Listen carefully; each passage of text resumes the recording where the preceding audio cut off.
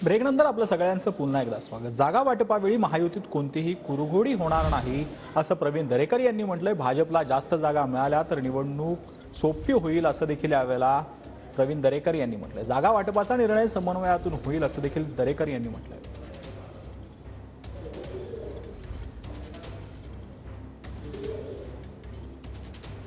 संघाकडून सांगण्यात येते की 36 जागा ज्या आहेत त्या महाराष्ट्रामध्ये भाजपने लढवल्या पाहिजेत।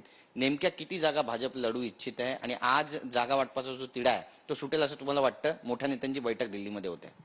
संघाने असं सांगितलं हे तुम्हाला कोणी सांगितलं मला माहित नाही, मला काही त्याची कल्पना नाही।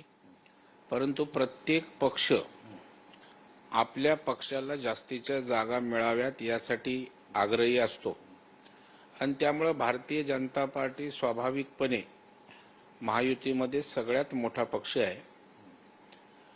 पंतप्रधान नरेंद्र मोदी साहेबांचं नेतृत्व असणारा पक्ष आहे आणि मतदान मोदी साहेबांच्या नावावर होणार आहे आणि स्वाभाविकपणे अशा परिस्थितीत जास्तीच्या जागा मिळाल्यास निवडून यायला त्या ठिकाणी सोपं होईल अशी भूमिका घेत कार्यकर्त्यांचा निश्चितच अशा प्रकारचा आग्रह आहे।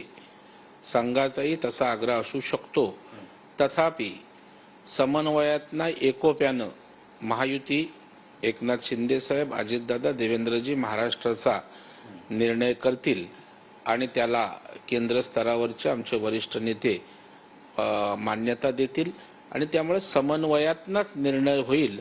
कुठेही एकमेकांवर कुरघोडी किंवा त्या ठिकाणी विसंवाद होणार नाही यावर पूर्ण आत्मविश्वास आमचा आहे। कॅमेरा पर्सन खंडूराजचा गिरीश गायकवाड, TV9 मराठी, मुंबई।